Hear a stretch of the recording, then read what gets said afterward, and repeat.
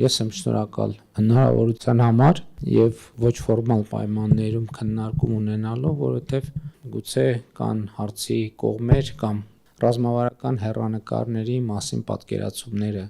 մեկտեղելը երևի լավ գաղափար է կամ համեմատելը։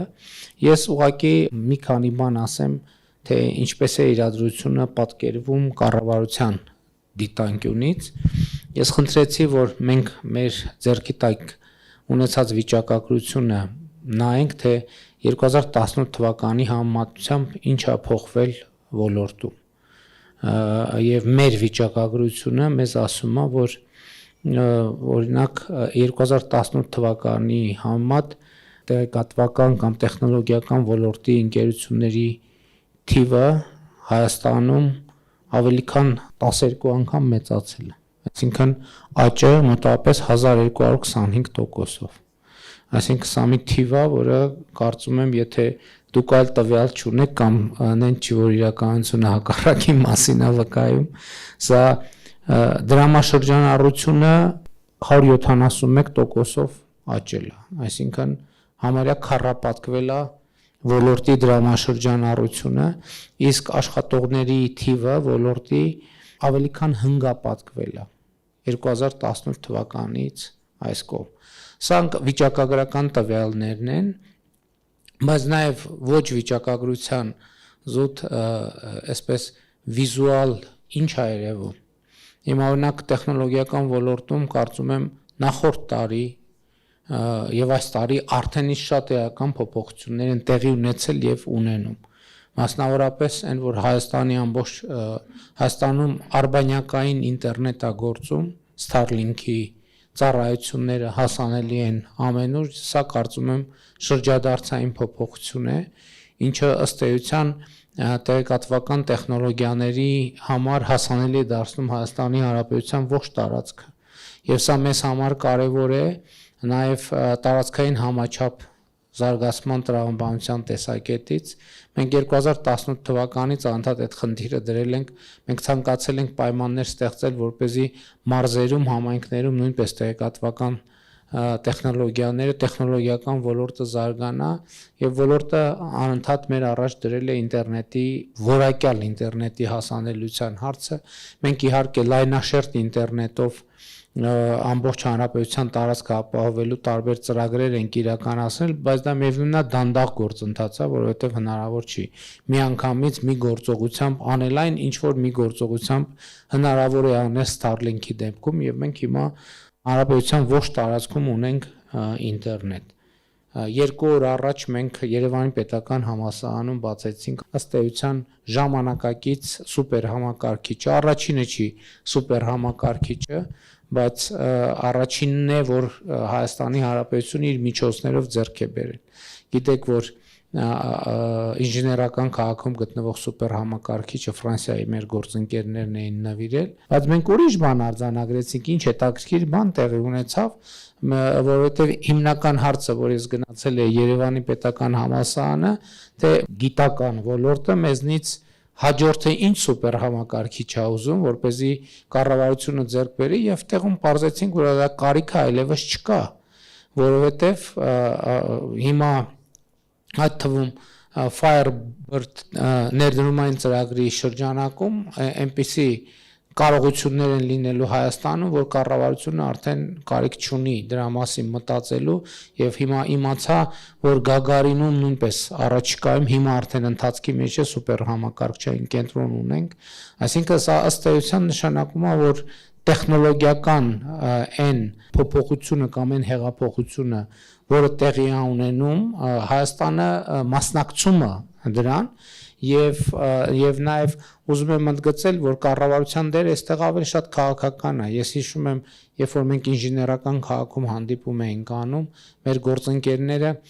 գործընկերները հազանգում էին, որ նույն Firebird-ի հետ կապված արտահանման խնդիրներ կան եւ այլն, ես համոզված եմ, այդ հարցերը կլուծվեն եւ այդ հարցերը լուծվեցին, այսինքն սա շատ կարեւոր է նաեւ Հայաստան-Միացյալ Նահանգներ հարաբերությունների այս նոր ռազմավարական բնույթը ըստ էության մեզ վստահություն է ներշնչում, որ հիմա մենք չենք ունենա իհարկե տրամաբանության սահմաններում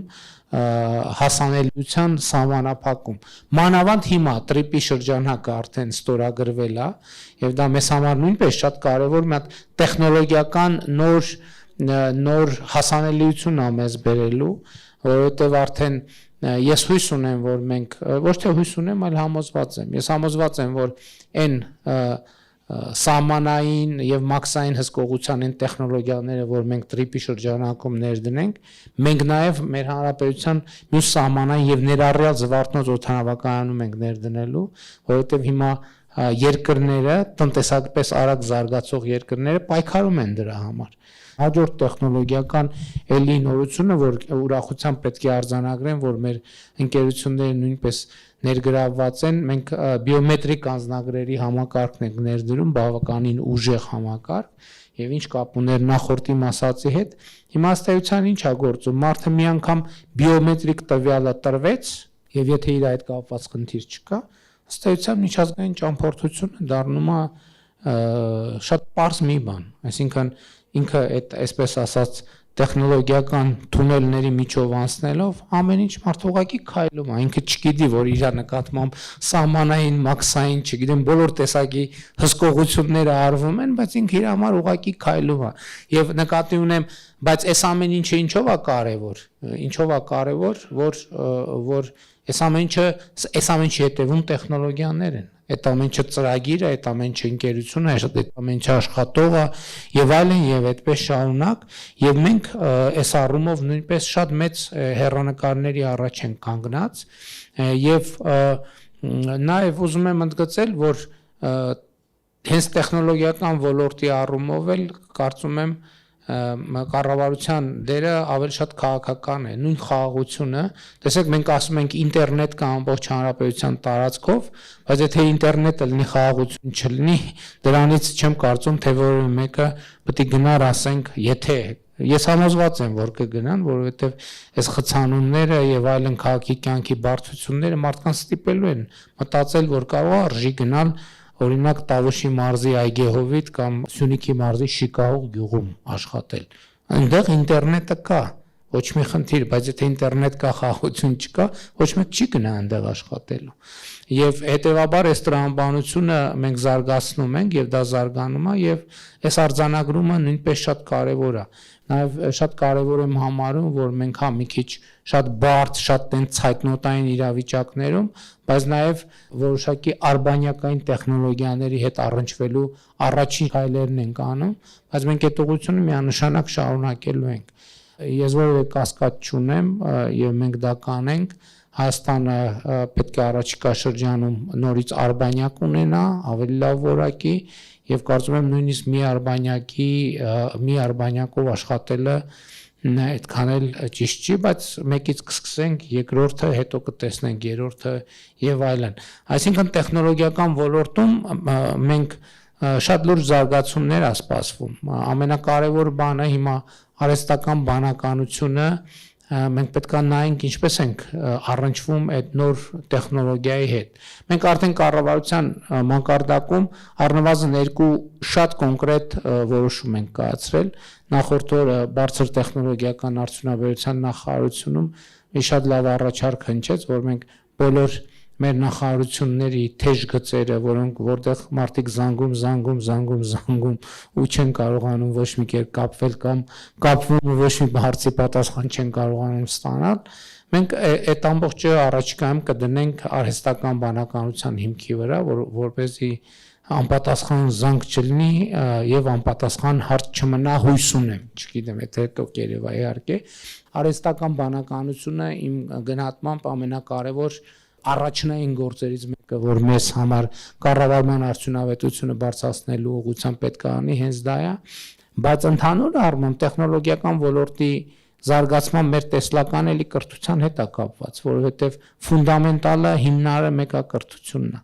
Եվ մենք նաև պետք է մտածենք, թե թվայնացմանը ես չեմ էլ անդրադառնում, որովհետև թվայնացումը ակնհայտ, այսինքն այդ թթվածին պետք է լինի, որ հնարավոր լինի շնչել։ Այսինքն այդ ուղղությանը չեմ էլ անդրադառնում, որովհետև այդտեղ մեր բոլոր որոշումները կայացված են, դա ճանապարհ է, որը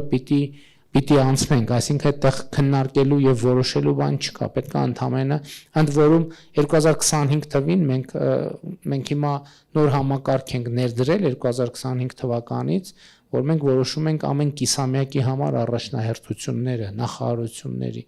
եւ 2025 թվականի հունվարից բոլոր նախարարությունների երեք առաջնահերթություններից մեկը պարտադիր պետք է լինի թվայնացումը։ Այսինքն առաջիկա միջև դա այդ հարցը չի դուրս եկել իր հրատապությունից, բոլոր նախարարությունների, բոլոր կիսամյակների, եռամսյակների առաջնահերթություններից մեկը լինելու է թվայնացումը անպայման, եւ մենք այդ ուղղությամբ շարժվելու ենք առաջ։ Բայց վերադառնալով կրթությանը, ես ուզում եմ ասել, որ տեխնոլոգիական ոլորտի զարգացումը հնարավոր չի առանց կրթության ոլորտի զարգացման եւ հետեւաբար այն ինչ մենք իրականացնում ենք հանրակրթության ոլորտում, նախադպրոցական կրթության ոլորտում, մասնագիտական կրթություն եւ ուսուցում ոլորտում, բուհական եւ յետբուհական ոլորտում, այդ ամեն ինչը տեխնոլոգիաների մասին է, որովհետեւ հիմա մենք տեխնոլոգիա ասելով դες մի քիչ օտարոտի բան ենք հիմա ավելի քիչ հասկանում, բայց տեխնոլոգիան այնա ինչ մարդուն մարդ է դարձրել, որովհետև հիմա այն գյուղատնտեսությունը, որը մենք համարում ենք հնացած, չէ, հասկանալու են, որովհետև կա հիմա ինտենսիվ գյուղատնտեսությունը, ինքը եղել է մեզ առաջ մղած առաջին տեխնոլոգիան, որ կարելի է բան աճացնել, ոչ թե բնությունից հավաքել, այլ աճացնել։ Մարդկությունը ամեն փուլում ունեցել է իր տեխնոլոգիան։ Տենց դարաշրջան չի եղել, որ մարդկությունը տեխնոլոգիա չստեղծի, որովհետև երբ որ մարդկությունը որևէ դարաշրջանում տեխնոլոգիա չստեղծի, մարդկությունը դեգրադացվում է։ Այսինքն նշանակում է ինքը չի զարգանում։ Այսինքն եթե վերցնենք սենց դարեդար հետ գնանք, բացարձակապես բացառված է, որ տենց դար եղած լինի, որտեղ տեխնոլոգիա ստեղծված չլինի։ Հետևաբար ես կարծում եմ, որ ամենակարևոր ռազմավարական ընկալումը, որ մենք պետք է ունենանք, որ տեխնոլոգիան մեր կյանքի մասն է, ինչքան տեխնոլոգիա կա, մեր կյանքը ավելի լավ է դառնում։